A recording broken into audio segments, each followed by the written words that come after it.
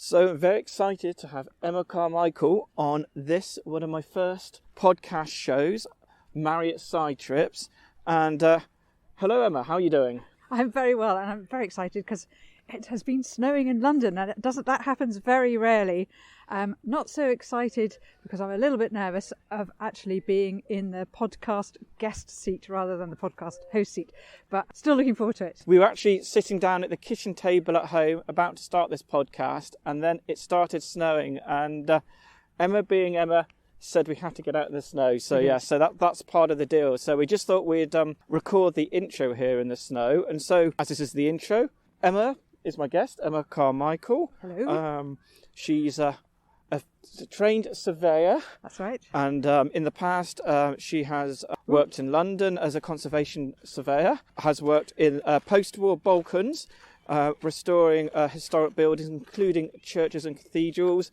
She has subsequently been a bookseller, been an author, and traveller, of course. She's well-travelled, which we'll learn about, I'm sure.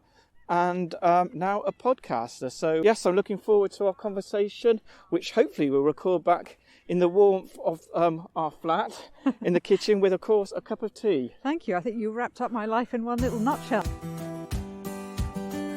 Welcome to Marriott Side Trips, where I, Stephen Marriott, share the stories of the fascinating people I meet along the way. I'm an author, traveller and now podcaster. After visiting more than 50 countries and engaging with cops in Colombia, rickshaw boys in Delhi, Cuban families, chefs in Marrakesh, pilgrims and many more individuals, I've come to realise that everyone has their own unique story. This is my pilot episode, and to help me break my podcast virginity, my first guest is my partner, Emma Carmichael. Her life spans several careers, including more recently podcasting too. Today, amongst other things, Emma shares her experiences of working and travelling in the post-war Balkans. So we're back at the flat here in southwest London, and returned to the kitchen. Yes. Which we did try to get this kick off this interview with earlier, but you got all excited about the snow. We went to our local park. We did, yes. And yes, crunched with the snow, had a few snowball fights, and warmed up back here with some coffee. And what coffee is it, Emma? Do you remember? This is a Mexican blend, I think. It's an organic coffee, and actually it was a Christmas present, so I can't remember exactly, but it is delicious. I'm going to pour some for you, but light fruity flavour. I think it's great that I've set this up to have some coffee this afternoon and perk ourselves up, but also because I think it ties nicely in two ways into the fact that I know a kitchen is an important place for you. It is. And you are a coffee barista now, aren't you? So you ground this coffee up for us, and obviously in your bookshop stroke cafe travelling through, you learnt the skills of coffee grinding and making a decent cappuccino or latte. So I think it's just really nice to just tell us a bit about why kitchens are important to you, and what you know about coffee now. And I should say for everybody out there, slight admittance here that people may not know that Emma is also my partner, so she's a little bit on the spot here, and I'm going to hopefully learn a few things that I have never had the chance to ask her about in terms of past life, and obviously some thoughts and different things which we never get the chance to talk about, which are going on in her head. But as I say, this is all about Emma, so over to Emma. Okay. Well, thanks again for inviting me on the podcast. Very excited because this is a new thing for you, and to be at sort of near to the beginning of it all is great to be part of that story of you developing it. Well, I'm hoping you're going to guide me a bit with this show, as it's one of the earlier ones, and I'm still finding my feet. And you did help me a bit with the technology here, and running with all the wires and, and things like that, and getting set up with the recording. So that's a great start already. So, yes, Emma, tell us about kitchens and things. Okay, so I think actually that it's also nice that we are sitting in the kitchen, because the kitchen is one of the rooms in the house where I always feel the most relaxed when it comes to having conversations. And this goes right back to childhood. We always had our family powwows, discussions, chats, laughs, cries in the kitchen. So it's for me, it's very central, and it's also, I think, a very Irish thing, which my mother, being of Irish origin, although she didn't live in Ireland, she was brought up in London and in India as well. But the kitchen was always very important in her household, and so we just grew up always. Even if our kitchen is small, wherever I've lived in London, or around the world, it's always been the kitchen has been the central point of discussions, disclosures, whatever it is, and parties. And I'm sure that's the case for a lot of people. The best parties always end up in the kitchen. I don't know whether that's the same for you, but it certainly has been the case for me. I do know you like a bit of kitchen dancing now and again. I do, absolutely. And we did do a bit of that, didn't we, on New Year's Eve here in the kitchen, when, like a lot of people, there were no parties to go to There were not. this year. But that was great. So yes, and I love that fact that it's about a sense of place and family for you by the sounds of things. And food, and also it's cooking where people can relax, have a cup of tea. One of us might be cooking, but you're having a chat as well. And in terms of the coffee, yes, I mean the smell of coffee in the kitchen is also it's a feeling of home, isn't it? It's a feeling of or tea. In fact, it's exactly the same. And the coffee skills, I drank quite a bit of coffee when I lived in the Balkans, and that's a very, very strong coffee. And then coming back to the UK in 2012, it was suddenly the coffee scene had really taken off in London, and I really was very much aware of it. And then opening my bookshop and the cafe, that's when I really learnt the skills of being a barista. Not to say that I was a very good one, but I learnt a lot from it, and in the types of coffee, how you have to keep the coffee machines clean to get the best flavour, how you grind the coffee, the different grinds. So it's a huge skill, and I think a lot of people drink wonderful coffee without actually realising how much goes into creating that perfect cup of coffee. And it is quite difficult to keep consistency, but that comes down to how the beans are also not only ground, but how they're roasted. So from the roastery. So there's a big thing behind it all. But I find that fascinating, and it's been great that although the bookshop now doesn't exist, I've kept the grinder. The coffee machine, unfortunately, was far too big to keep, so I sold that. So at least we can grind our coffee, and we put it through a French press. But it creates a lovely coffee. So. And I have to say thank you, because I've been a big beneficiary of your coffee experiences. So cheers to that, Emma. I'll raise my mug here and chink yours. Obviously, you moved on for the bookshop, and I want to come back to that and what took you from the Balkans to the bookshop later in the show. But I guess what's really interesting is just to get a bit of a snippet as to what you're up to at the moment. And I know you since at least it was last April, I believe, you started your own podcast show, which is almost a sort of evolution of going online with travelling through bookshop and other things. So yeah, just give us a brief summary of where you are at the moment with things.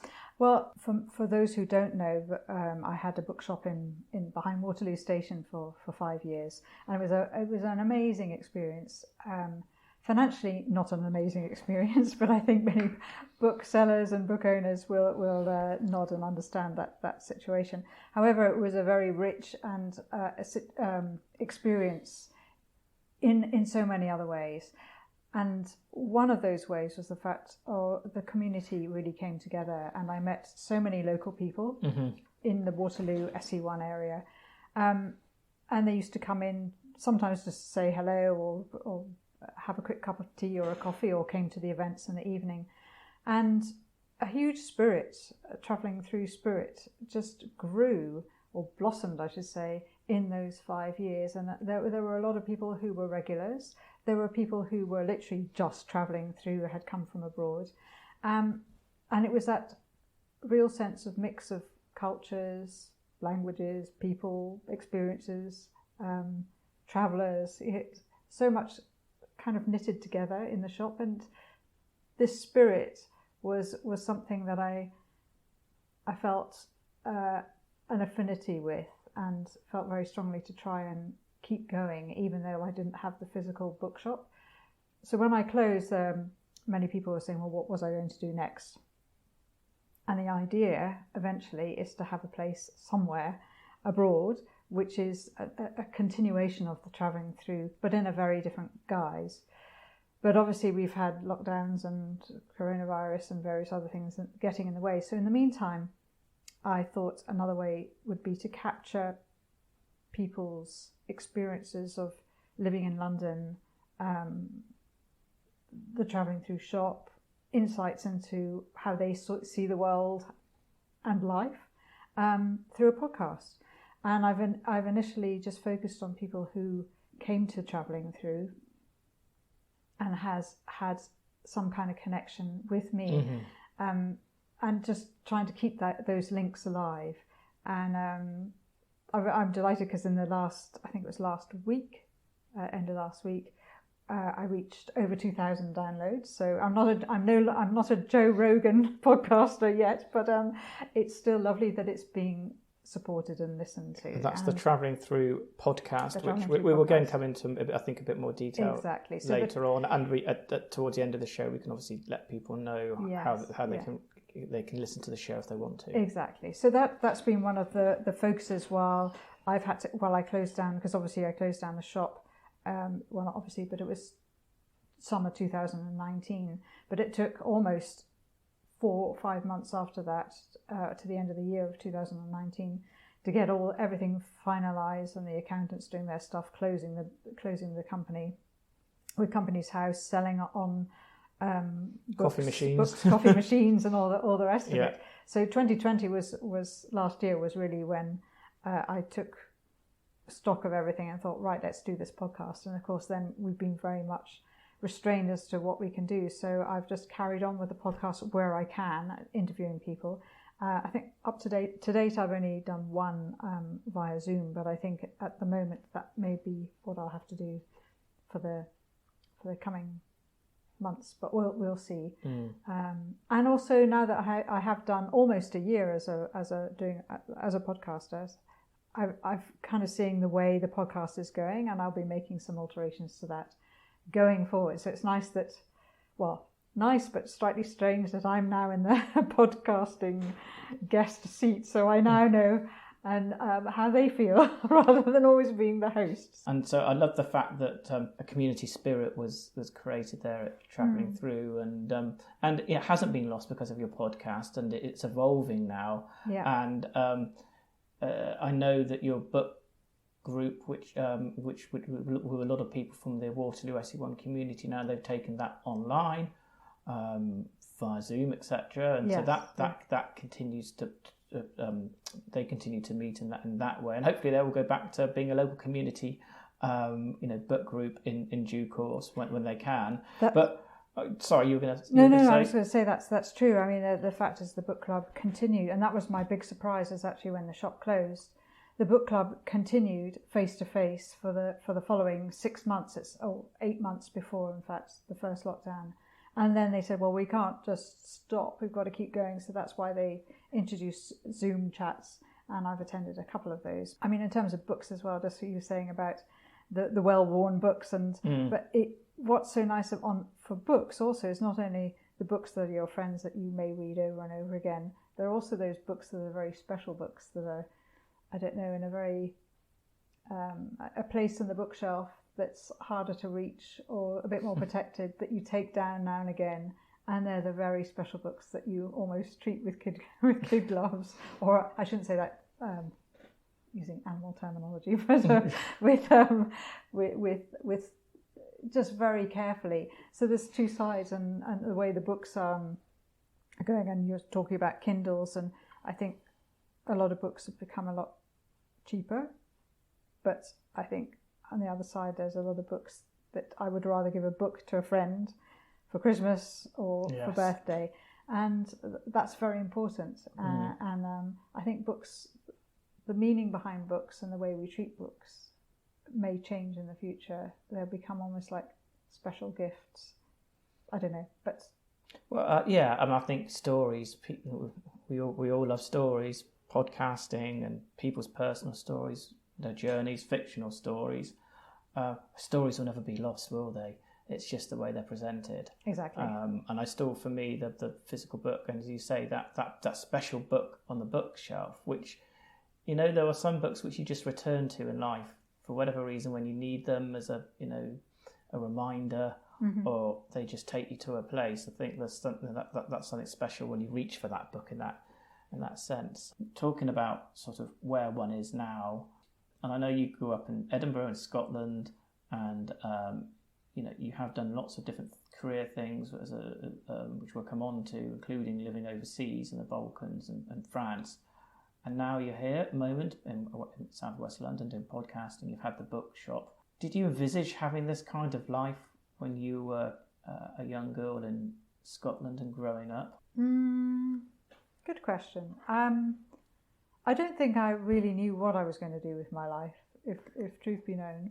I don't think that many people do really know, do they? I think they have sort of daydreams and. When I growing up, I very much had my head in the clouds. I ran around a lot, climbed trees, played a lot of sport. I suppose the quick answer to that question is no. I had no idea. I think, and at one point, I wanted to be go into forestry. Okay. And my mother was so horrified at the thought that I wanted to be. She just saw me as a lumberjack or something, and she said, "Absolutely no way am I going to allow my daughter to go off to that. That's a ridiculous idea." So, and at the time, I didn't really have the strength of character, shall we say, to put my foot down and say I will do that. And how old were you then, do you think, when you thought you wanted to go into forestry? Which is interesting, 17. I think, outdoors and nature, which I know you love nature. So I also had I still do have my godfather was in Australia. So that was always in the back of my mind. I wanted to go to Australia to see him. I didn't know when that was going to be or whatever. But apart from that, I had no real idea. I think for a couple of years, when I was 18, I felt a bit trapped, but I didn't know how to get out of that trap. And I think that's all a part of you're growing up, but you don't know how to grow, you don't know how to get away from, you don't really know what the problem is at that point. Okay. And I was never a child that shouted and yelled at people and had a furious temper or stormed around. And so how my life was going to change, I knew it was going to at some point, but I wasn't quite sure how I was going to get there. So you didn't have, like some people have this sort of idea that they're going to meet their prince and they're going to have X amount of children in this house. That was not the sort of thing that went through your head, because if it was, you've messed up with me now, and sorry about that. Well, well, no, I mean, I did. You did? Okay. Yeah, of course. I did. I did think by the age, I was only 18, I was 17 at the time, so, but I thought by the time I was 27, which actually was very old, I felt at that time, I would probably be married. So not when you were 27, you thought... When I was 17. You thought by the time I would be 27. By the time I was 27, I'd probably be married and on the way to having about 4 kids. Okay, so that idea had gone through your head at some point. Yeah, it did. Okay. Yes, but life got in the way of all of that, and that didn't happen. No. But I have no, je ne regrette rien, as they say. Yes. And no regrets, because that's the course life took me down. And not to say that at some points I thought that might happen, it could have done, but it didn't. And destiny, or whatever, fate, whatever you want to call it, had other ideas for me. So sounds like to me that you didn't have this desire. You knew you wouldn't stay in Edinburgh by the sounds of things, although it sounds like quite an idyllic childhood, outdoors, running around and things like that. Yeah, cycling down to Cramond, and I was given a sense of freedom, and my parents were very, they weren't controlling like that. You had to be home by a certain time, but during the day I would just say, I'm off for a cycle ride, and they would never say, well, where are you going, what are you doing? I'd just go, and sometimes from Edinburgh. Yeah, in Edinburgh, and you just cycle off, and because we lived in various places in Edinburgh, and Yeah, I would just disappear. Okay. Just go off cycling and exploring. And I suppose maybe that's the early days of me going off by myself and exploring. I mean, so when you say explore, sort of, I don't know, different neighbourhoods or suburbs, or you mentioned what was the name of the place? Crammond, going down to the seaside, so down to the... And is that the nearest seaside place to Edinburgh? Well, it sort of goes all the way along the coast there, so because Edinburgh's right on the Firth of Forth, so this coastline all the way along there, so there's lots of different coves and places that you can So go just to. take yourself off on your bike and go for little micro adventures. I would, yes, okay. Exactly.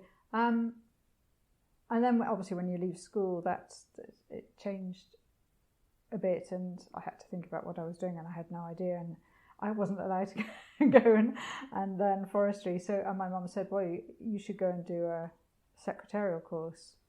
And I did. I followed what she said. And, in London? No, in Edinburgh. Oh, in Edinburgh. Okay, yeah. You did the secretarial course. I didn't know that. Okay. For about a year.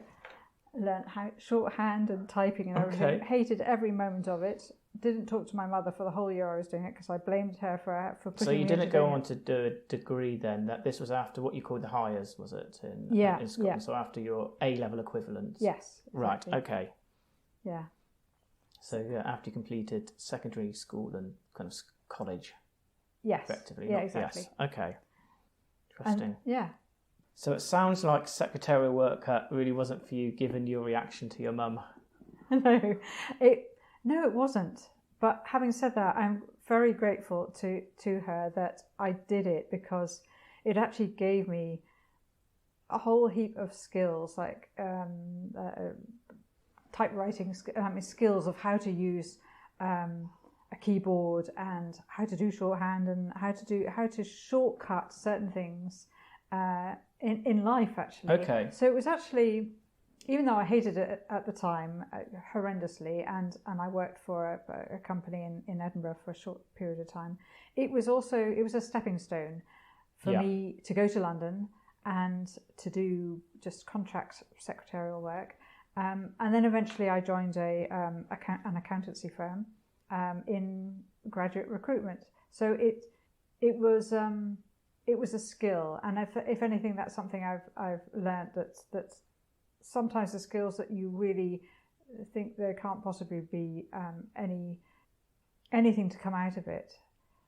When you start to think sideways, you realise you can use skills in other ways, and for me, that was a salutary lesson, or humbling lesson as well. That actually it allowed me not only to go to London and then get a job that was paid double what I was earning in Edinburgh, but it also gave me the chance to save money and then to go travelling. And as a result of having those skills while I was travelling, I could do contract work, and so I could travel for a while, stop, work, earn some more money, save money, and then do another bat. So but at the time, all I could see was, I hate doing this, but even though I hated doing it, in me is always a sense I want to do it to the best of my ability. Mm-hmm. So I still did it well, and I was good at it. But so that's it was a challenging time, but it paid off, really. So I have no regrets about it again. And did my poor mother just suffered at my hands and not wanting to talk to her. Well, I mean, obviously it gave you administrational skills, organisational skills, and transferable skills to other jobs, to travel, which which is fantastic, and which you didn't obviously know that at the time that would give you. But what was it like? Or maybe you wanted to say something. Yeah, I think probably one of the reasons also is because I had my heart set on going to college or going to university, like quite a few of my friends were doing. Yeah. And that didn't happen. Mm-hmm. But then it maybe as it turned out, it just wasn't the right time, because that time did come along later for me. But on my terms, and on something that I wanted to study and I knew I wanted to do. Mm-hmm. So sometimes life has a pattern that a lot of people follow, and they think, well, you go to school, then you have a year out, then you go to university, then you do this, then you do that, then you get married, then you have kids, and then the cycle continues. And when you interrupt that cycle, it almost puts you on a different path. And as a result, it makes you think very differently to other people around you. And I that's something I suppose I've realised that, and in the end, if you want to get on the same path as everybody else, you can do. But you've also been offered an opportunity to go down a different path. And it's how you then view that path as something that is an opportunity or as a rejection or something that makes you not be accepted. You see what I mean? You can, because makes you different, and it's then how you view that difference as being something to your advantage or being something negative. And it's and I learned that was something that I learned very early on, I suppose, from hating my mother from putting me on the secretarial course. Well, hating's a bit strong, but I I didn't talk to her for a long time, but I've obviously I do now, and I've apologised to her on many occasions for being so horrible to her at the time, because actually it was the best thing for me, and she probably knew me better than I knew myself at that point. Not to say that everybody needs to go and do what I did, but sometimes you actually end up not liking yourself because you feel you've been pushed down a path because you weren't strong enough to stand up for yourself.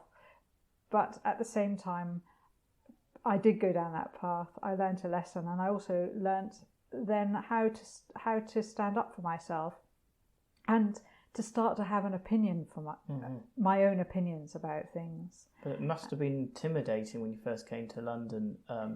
Fairly young still, not having been sort of leaving home, in the sense of when you're a graduate, you ease yourself into it because you're with other people in the same boat, you're in halls of residence, etc. Was it an intimidating experience? Arriving off the coach or bus in London? Yeah, I mean, yes. It was very intimidating because, Edinburgh at that time in the 70s and 80s is not the city it is today. It's, and I was very green between the ears in many ways, and suddenly I was thrust into this city life, full of so many things, sights, smells, people, cultures. Opportunities, you don't know where to look, and also so many people, and I'm just having to stand on your own 2 feet and do everything for yourself. It was a shock, but it didn't take long to find my feet, and I wasn't totally alone because my cousin on my mother's side, who was brought up down in England, she just moved to London. And I shared a flat with her and a couple of other people above a pawnbroker's shop. Okay. What part of London was that? It was in Fulham, at the other end of the Dawes Road, near Lee Road. And above this pawnbroker shop, you ran down. The floor was slanted such that you ran down towards the stove. And we had our bedroom door was a padded, studded door. And we had this. Above a pawnbroker's. Yeah. Yes. We had this little radiator with one bar that heated the room, so we didn't have radiators or anything. And it was so cold in winter. It was really, really freezing. In fact, I set fire to my dressing gown one night on this radiator. But it was an electric one. You just plugged it in. But it was a start. It was all I could afford at the time, and I had to find a job, and I just temped for a couple of months, I think, and then got a full-time job with this accountancy firm for 18 months, and then I thought, right, got enough money, I'm out of here, and that's when I thought, right, I'm going travelling. The trees were still beckoning. The trees? The trees. Yes. The world was beckoning beyond the trees. Yes. So Australia is where you headed next. It was via roundabout routes, one of these trail finders, round the world tickets. Okay. Very exciting. An experience. Mm-hmm. So Australia, and travels for around 20 months, and then you return to London. Am I right in saying that? I returned to London, and I got a job with a travel company that actually organised events for orchestras and choirs and big groups of people going to different parts of the world. But I did that for 3 or 4, maybe 6 months, I think, and then I realised this isn't what I want to do. And at that point, I just decided it was time to do something different. And I have this real urge to do up houses and get involved in the cultural heritage world. And I didn't know how I was going to do that, but so I phoned the National Trust up and I said, do you take on people and train them how to get involved in doing up old houses and buildings and stuff? And she said, no, you have to go and do a building surveying degree. And I went, oh, what's that? That didn't exist when I was at school. And she said, well, go and have a look at the universities. They'll be recruiting and see whether you can get on a course. Come back to us when you've finished. And that's what I did. Wow. Gosh, career beckoned. A career beckoned, yes. So we're back in the kitchen for part 2. We've got a glass of wine, so hopefully we're a bit more relaxed this evening. We are. To find out more about your travels, and specifically I'm interested in your travels around the Balkans, and that's something which I know something about because of the book, but there's lots of that the story created a lot more questions in my mind as well. So we left things that you decided to get a career, and you obviously became a surveyor, and that being a surveyor in London, which I know you were for a number of years, and obviously the surveying qualifications and experience took you to work in post-conflict heritage development and restoration in the Balkans. Gosh, it did, by chance. By chance. Well, it's a bit of a move, and I guess the Balkans, conjures up different images for different people. For me, I think of Yugoslavia, when neighbours used to go on holiday to Yugoslavia, but then obviously there was the war, and a lot of different mix of cultures there, Eastern Europeans, Central Europeans, and I think are very much a sort of a macho male-dominated world. And so you obviously left what you knew in London and a career to go to a macho world. Is that fair to say? And how did that feel? Okay, that's a very good question. It's a very big question as well. Sorry, yes. So I think, initially, becoming a building surveyor, particularly in conservation, the last place in the world I expected to end up was the Balkans. But an opportunity arose, and at the time, very naively, I applied for the job there, not really understanding the full extent of what I was entering into in terms of the post-conflict situation and all that entails, and how cultural heritage, as a result, is very much becomes a very political subject too. Which thinking about it is, through World War I, World War II, you would always, the monuments, whether churches or cathedrals or bridges, were bombed and attacked, and it was always seen as attack of your cultural heritage. So going out to this region, totally unaware and not very, how should I put it, not familiar with Byzantine churches or the mosques from 14th, 15th, 16th century. That was one side of it. But not only was I going into a world that's very macho, shall we say, but interestingly, there were a lot of women who held quite high positions within the ministries. So I was not alone, really.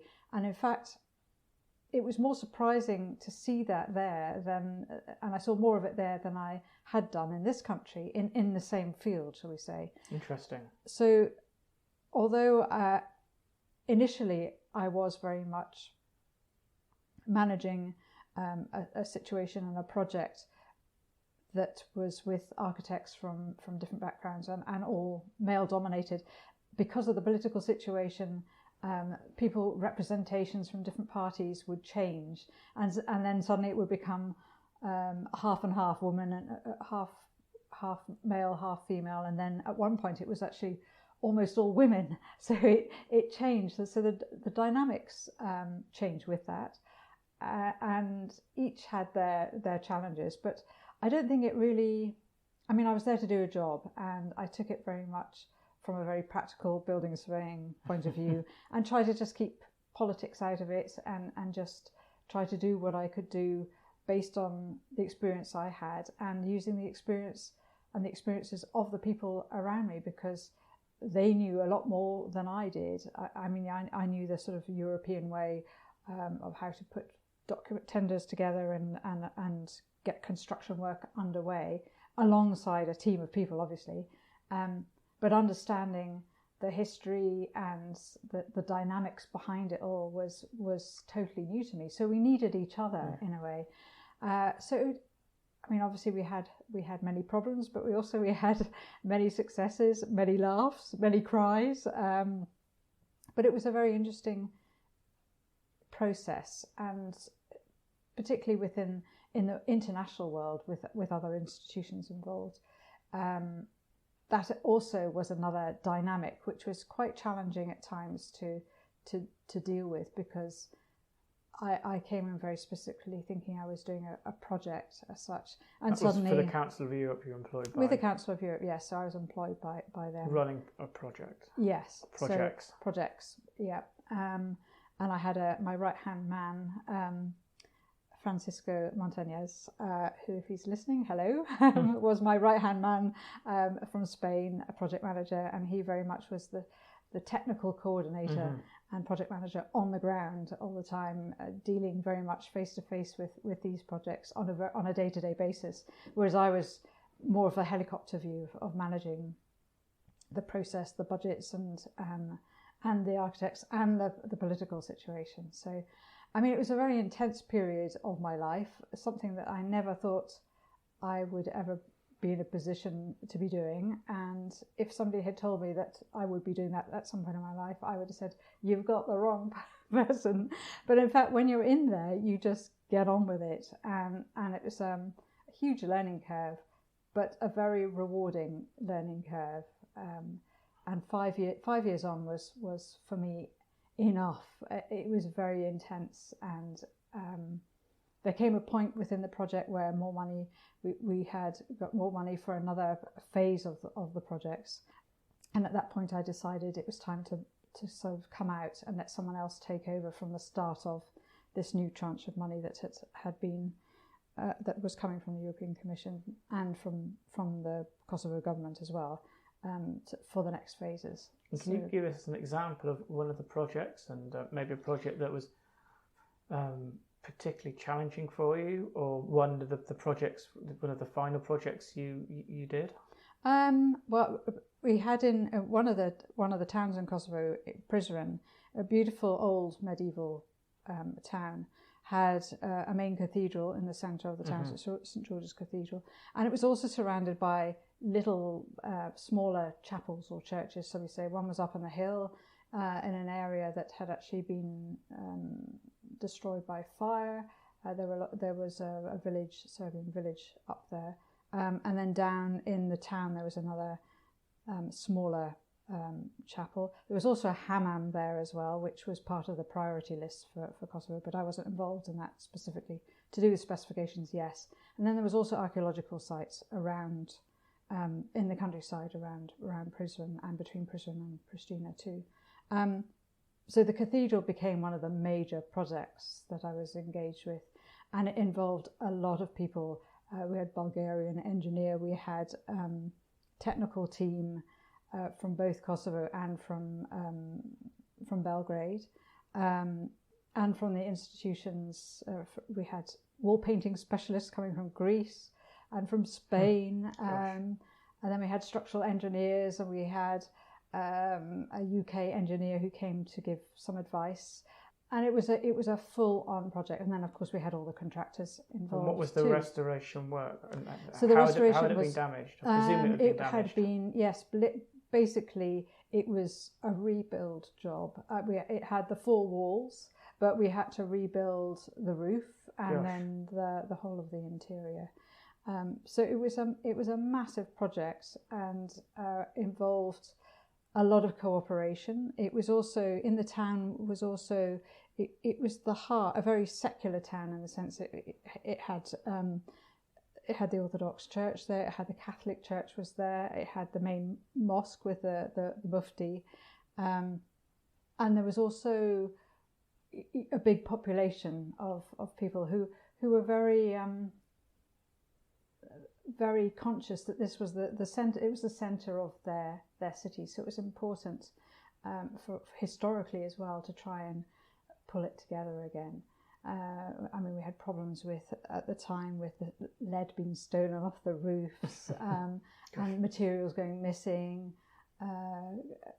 payment of contractors, and all of this. But as you do in all projects wherever you are in the world. But eventually we did make it a functional cathedral. There was also the main bishop's residence was there too, and that was done as a separate project, not by us, but it was separately funded. And there was also a little chapel on the site called Runovich, I think it was called. Gosh, I'm forgetting all the names now. Which is a beautiful, small, domed chapel with a wall-painted ceiling. So it was a lot of conservation work, but it also very challenging in terms of finding the right materials, what do you use, as well as making it a functional cathedral for the future, for people to use going forward. And I haven't been back in the last 10 years actually, so I would be intrigued to know how it's going. I will go back at some point. Maybe after the lockdown, when everything opens up again, the world opens up and we'll all be on the move, that's for sure. So yes, I hope so.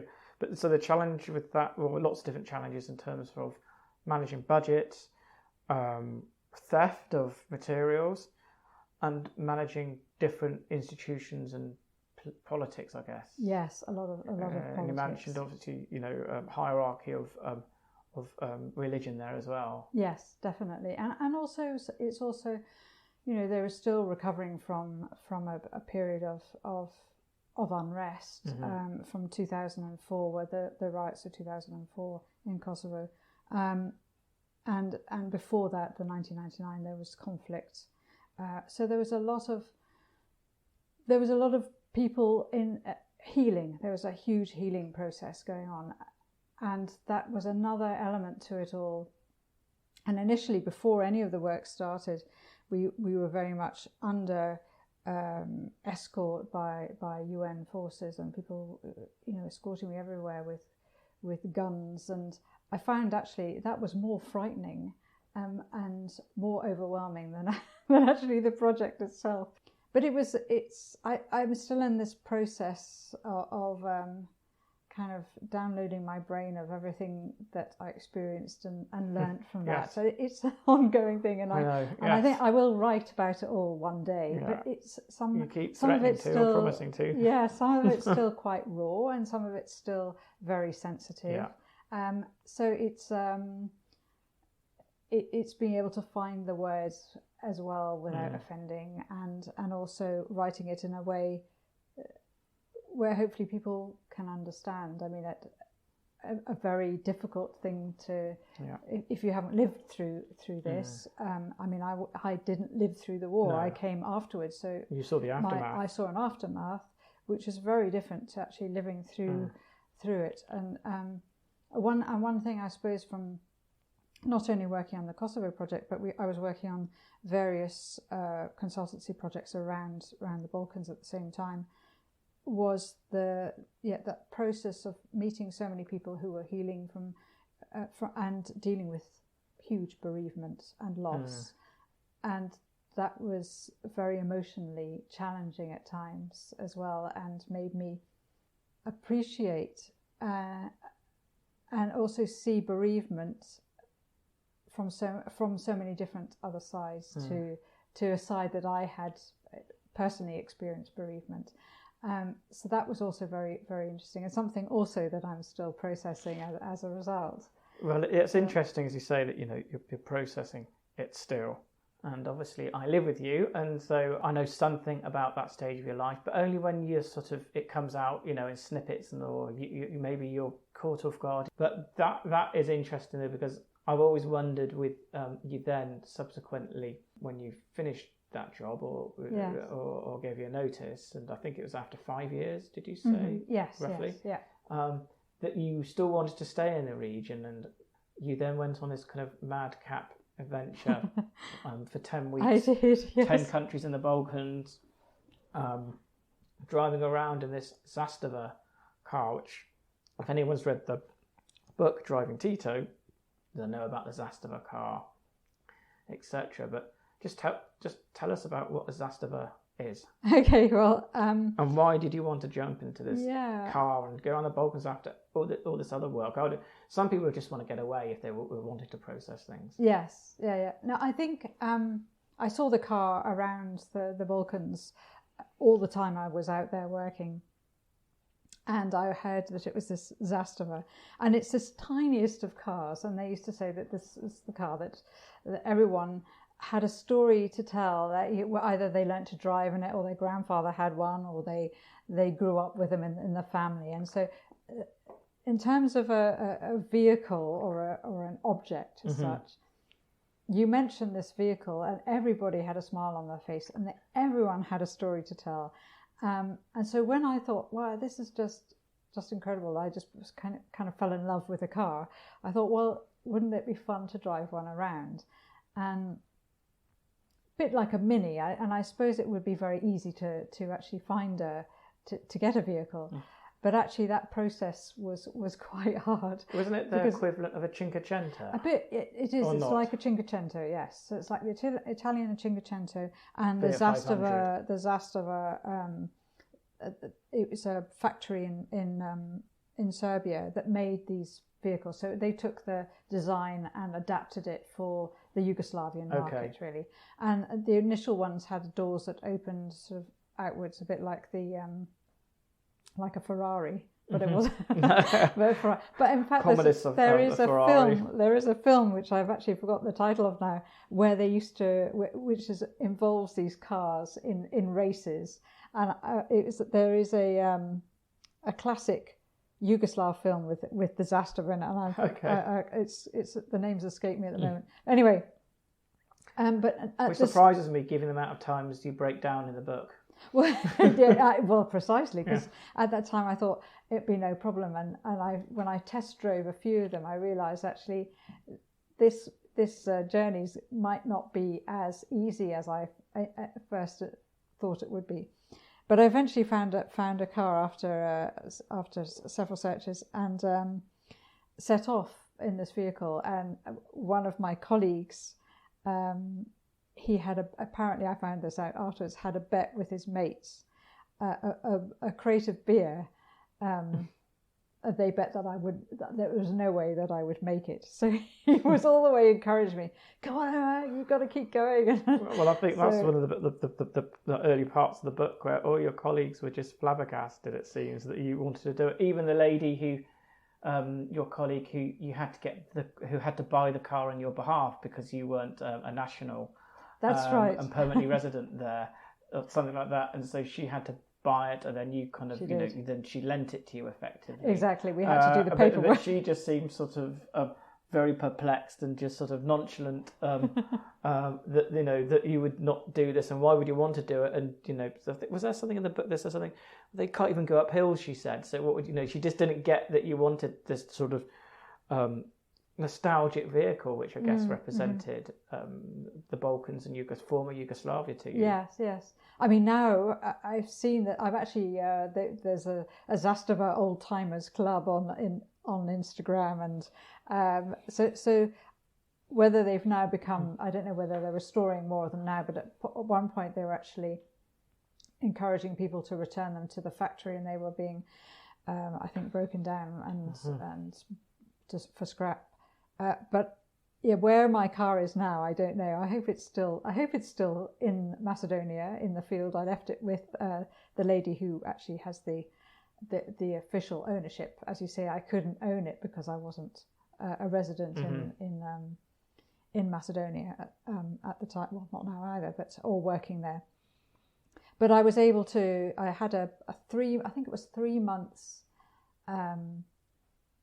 sort of certification, so I could just go and drive it. So I knew then it would have to come back for a bit like an MOT and tax renewal. Okay. So I knew I had quite a few months ahead of me, but I think at the time when I set off, I left Skopje, which is the capital of Macedonia, or the Republic of Macedonia as it is now.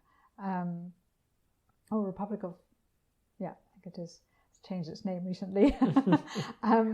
And I was going up this hill and I was getting slower and slower and slower, and then the lights started blinking and I was thinking, oh my God, but I'm going to break down already, and I haven't been away even half a day. It's only been an hour into the journey, and I realised that I had totally misread the petrol gauge. I thought it was full, but it was running on empty. So the first thing I had to do was try and find a petrol station to fill it up. And then, of course, I don't speak the language, or not well enough to have a proper conversation. But people helped me out everywhere I went, and they just I did break down twice en route. But each time you broke down more times than that. I broke down a number of times. Yeah, I broke down in Greece. And then I broke down again in Bulgaria, and that one was quite a catastrophic breakdown. And I ended up staying in this village or this small town, Samakov, for about 3 or 4 days while it was fixed. And the parts had to come from, I don't know how they found the parts, but they did. And then I managed to get all the way to northern Serbia to what's the place called? I've got the book here if you want to have a quick look. What is it called? You've got your map at the front. Yeah, it begins with V. Do you need the glasses? Thank you. And the map, 5 major incidents, and I remember. I think I read even more than that.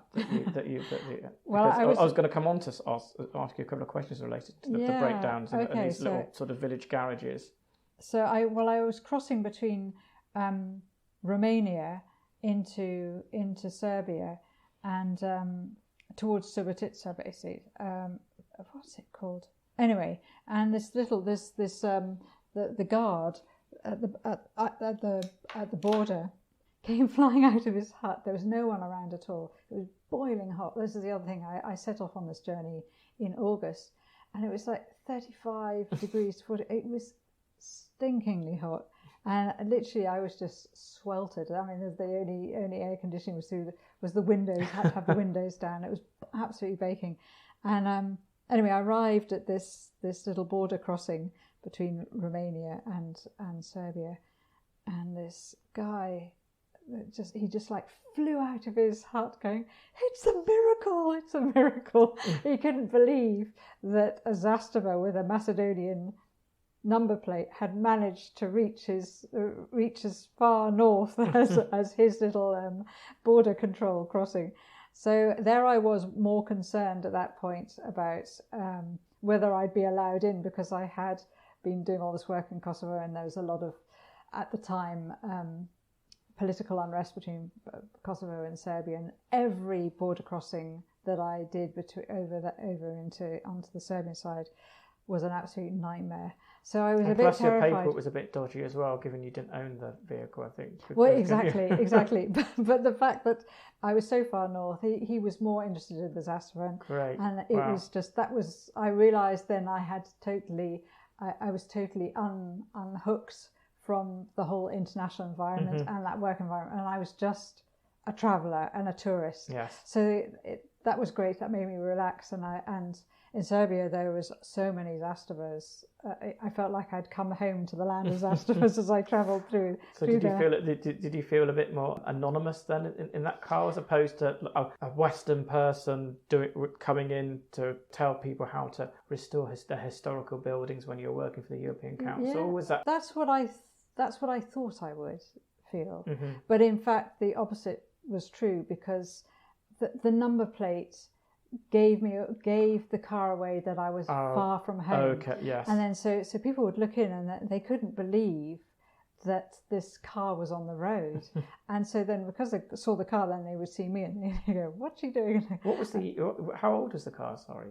It was 31 years old. Okay. Yeah, so Gosh. vintage. Yes. It is a classic car.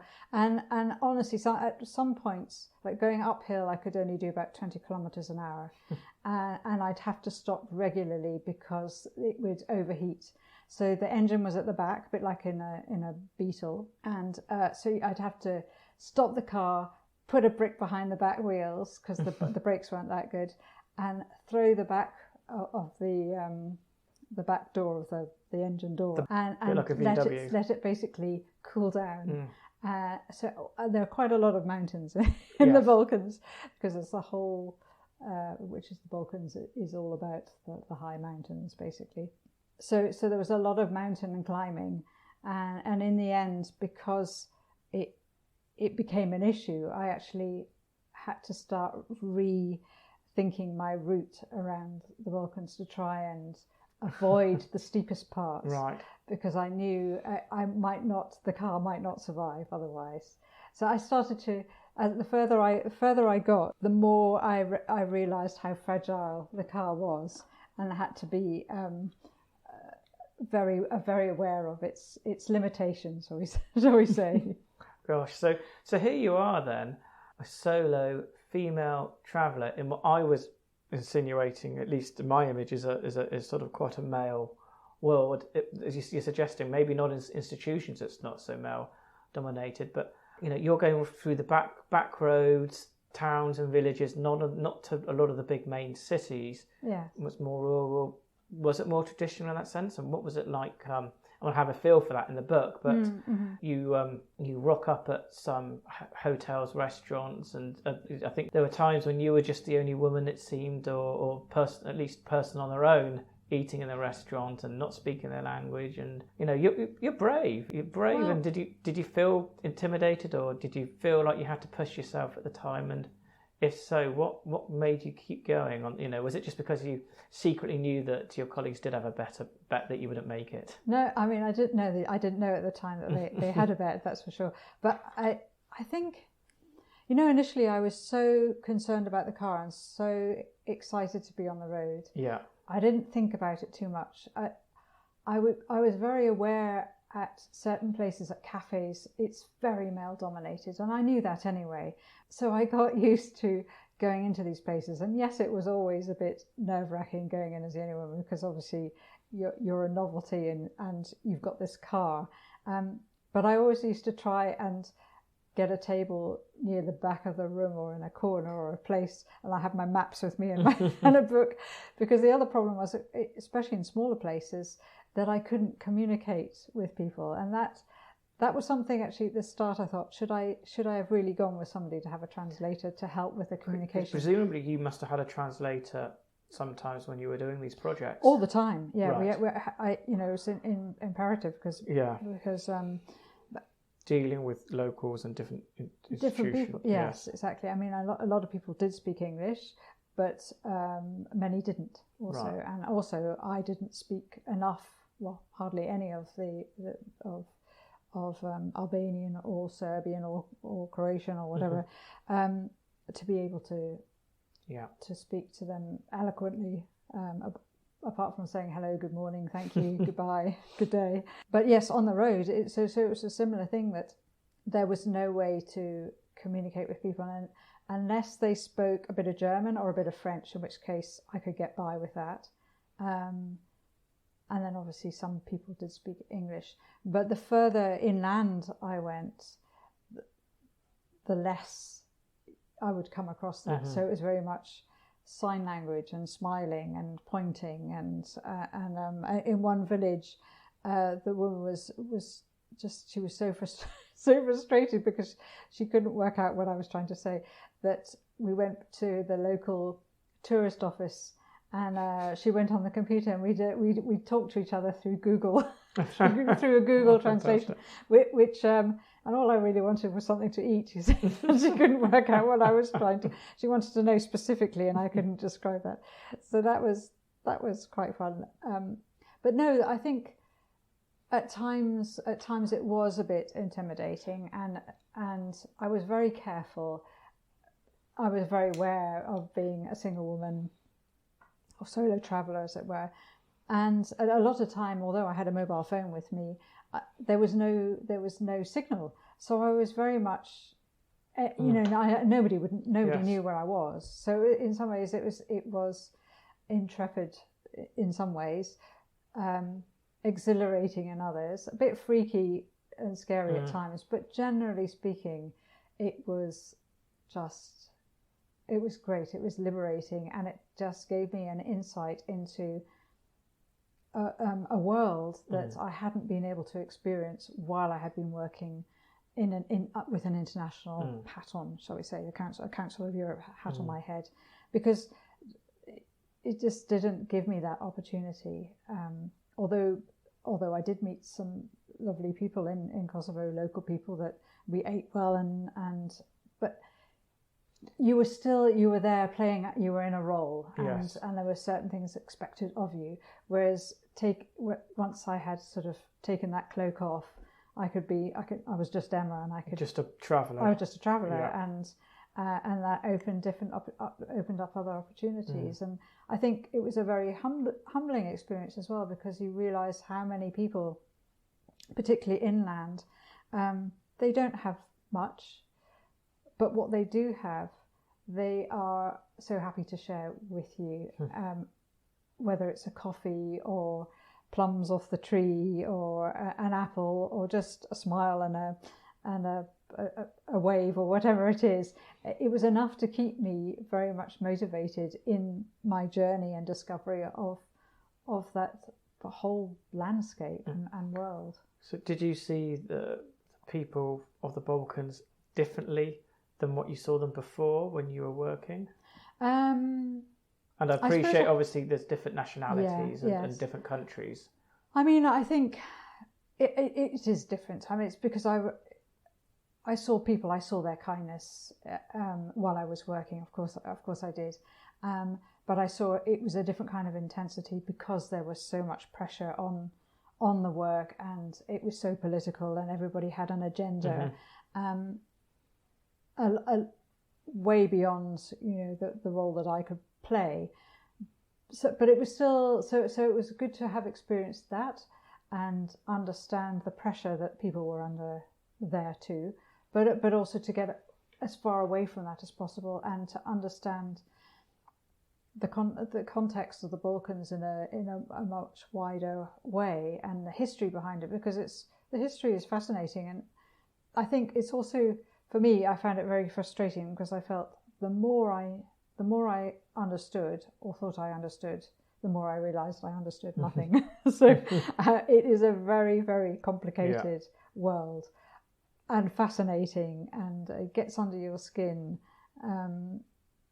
But there's something very compelling about it too, that is very heartwarming, and the people in the community, particularly in the smaller places and in the villages and the towns, they're just beautiful people. They're just beautiful in the sense of the way they are, and how comfortable they are within where they are. I mean, obviously there's other places that are war torn, and it's a disaster, and it's a very, very sad to see.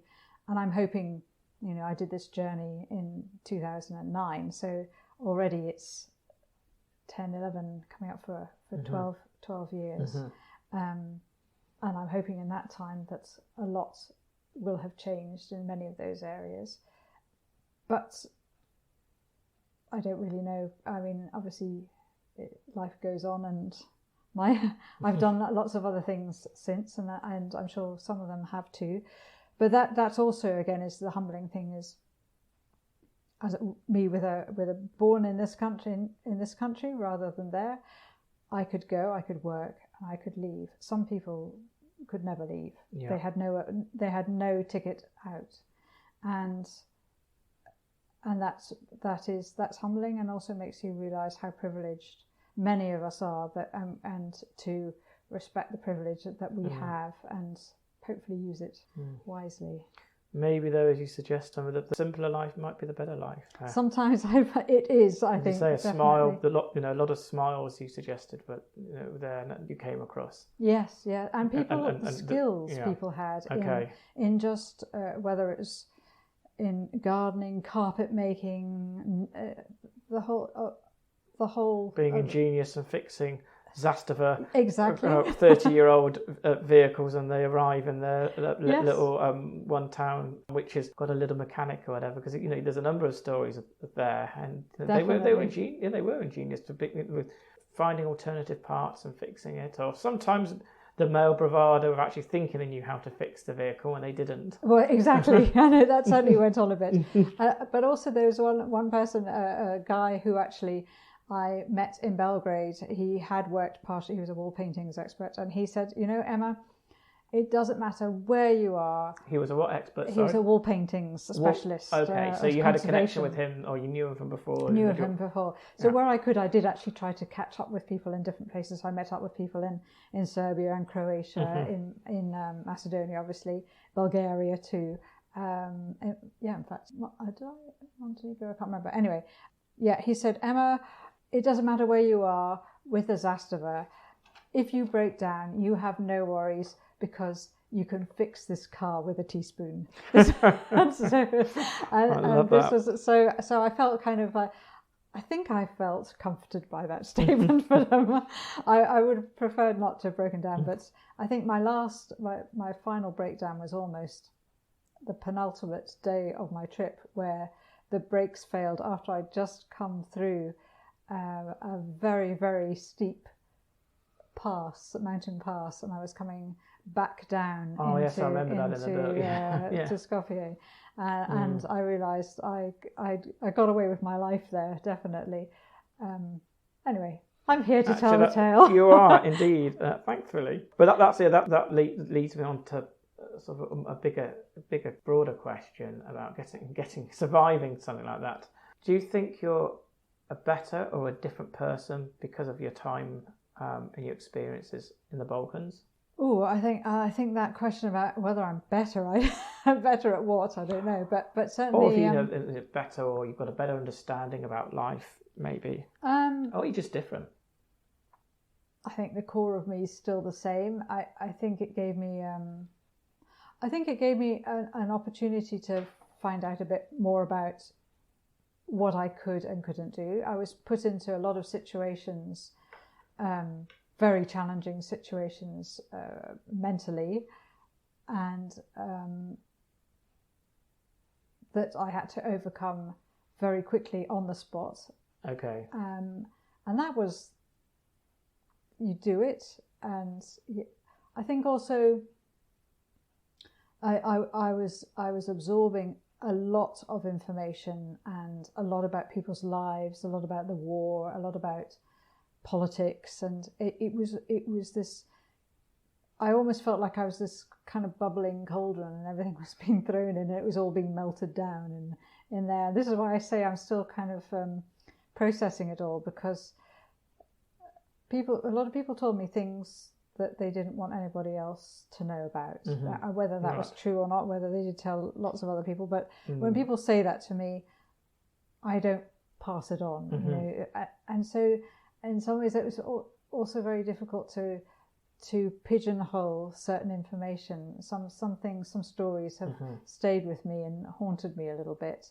I had some difficult moments while working there, and I think not growing up with guns and war and the terror around it, even though I wasn't in it, I was still quite frightened by it underneath it all, I think. Yeah. So initially when I came back, on the first time, I had nightmares for about 2 months afterwards.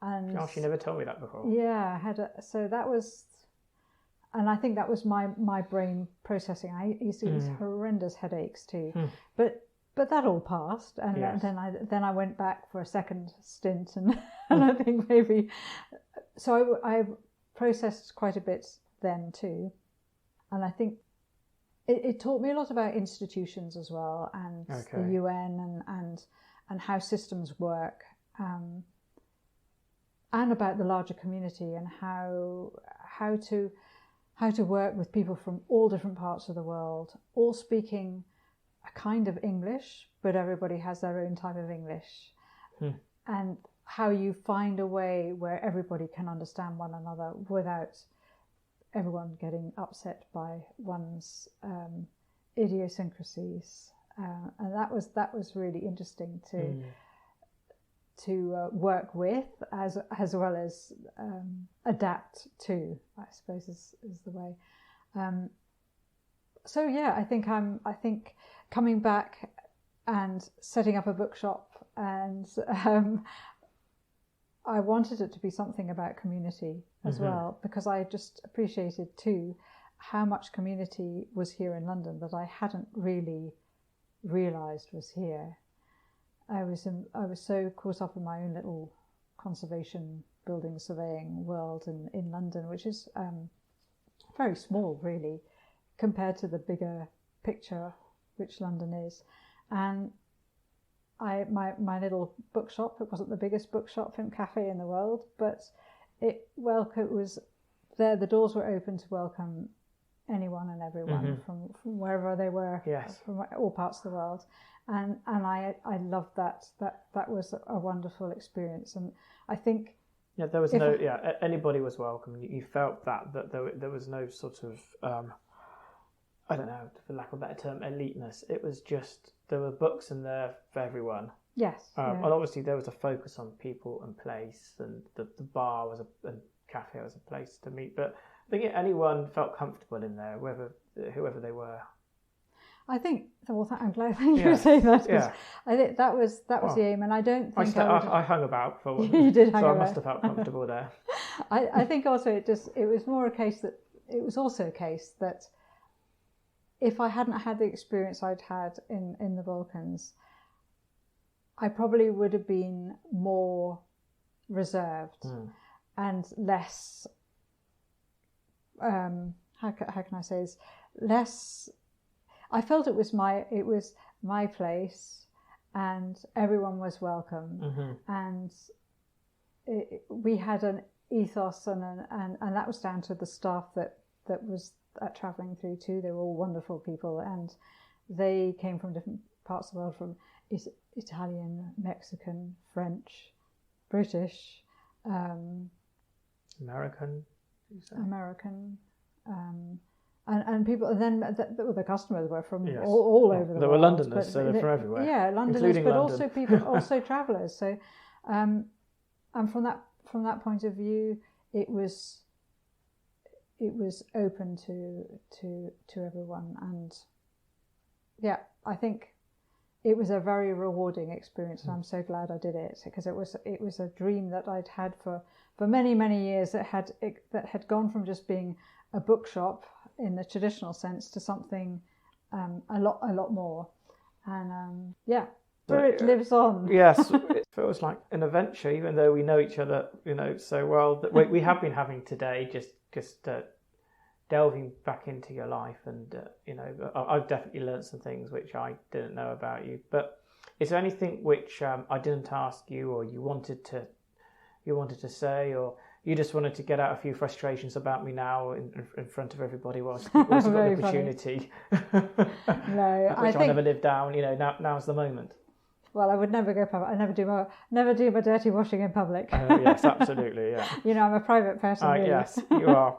Secret's good with you. I think I've enjoyed talking about this. There's so much more to say. I hope it's interesting to people to read and to listen to. And if they're interested in having a look at the book. It's called Driving Tito. I have it here in my what it's called. What, your book? Driving Tito. Through the Balkan backroads with a celebrity. How could you forget? We had an afternoon in a London pub brainstorming. We did name. the title, exactly. Yeah, Remember the coal hole on the Strand? Coal hole, that's right. Yes, drinking a couple of pints of Guinness, I believe, when we were we were going over that title. But, so, and that where is the book available, Emma? Online. You can find it on my website, travellingthrough.co.uk. It'll have the links to there, or you can buy it through a bookshop.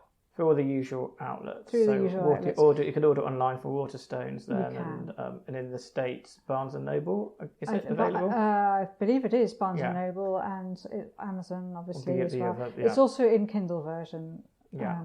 And Apple Books and all the other every kind of variety pack of style you can find. It's out there. There's no escape. It is out there, exactly. So yeah, I suppose just going forward, obviously this is a difficult time for everybody, but the podcast is kind of something a work in progress too, and it's called the Travelling Through Podcast. And the idea eventually is hopefully that we'll find somewhere that will have a bit of a space that will be carry on that travelling through spirit that we had in Lower Marsh and in Waterloo, for people to come in SE1. That's right, for people to come on a retreat or to camp or to hang out. Pick a book off a shelf. Pick a book off the shelf. Who knows? But certainly when we find this place. You will know all about it because we'll be talking and the about podcast. Just remind us of the name and the best places to listen to access the podcast. So it's called the Travelling Through Podcast, and again you can find the links through my website travellingthrough.co.uk. It's travelling with 2 L's. 2 L. Oh yeah, travelling with 2 L's and through spelt the English way, THROUGH.co.uk. Sorry, I forgot now. Oh, yes. So you can find the podcast is on Apple Podcasts, it's on Google Play, it's on Stitcher, it's on a lot of the mediums, but you can access them through the website too. Yeah. So, and also I've got a newsletter. So if you want to sign up to the newsletter to find out more about what's going on, you can find the links to that via my website also. So I've got all points covered. Excellent. Wow. I mean, maybe a little drum roll to say thank you, Emma Carmichael. Thank you, Steve. It's been a pleasure talking to you here on this podcast. And good luck with your podcast. Thank you. Yes, it's been a great introduction, helping me surf through it. All right. Take care. See you later. Bye. Bye. Phew, thanks for making it to the end of my pilot podcast show, Marriott Side Trips. More from our conversation can be found in the show notes, including links to Emma's website, Travelling Through, and a book, Driving Tito. Just jump over to my website, marriottsidetrips.com, and feel free to contact me. I'd love to hear from you. The music was produced by Julius H, and if you like the show, please tell your friends, subscribe, and leave a review on Apple Podcasts, or of course your favourite streaming service. Cheers for now, and please join me again for another of my side trips.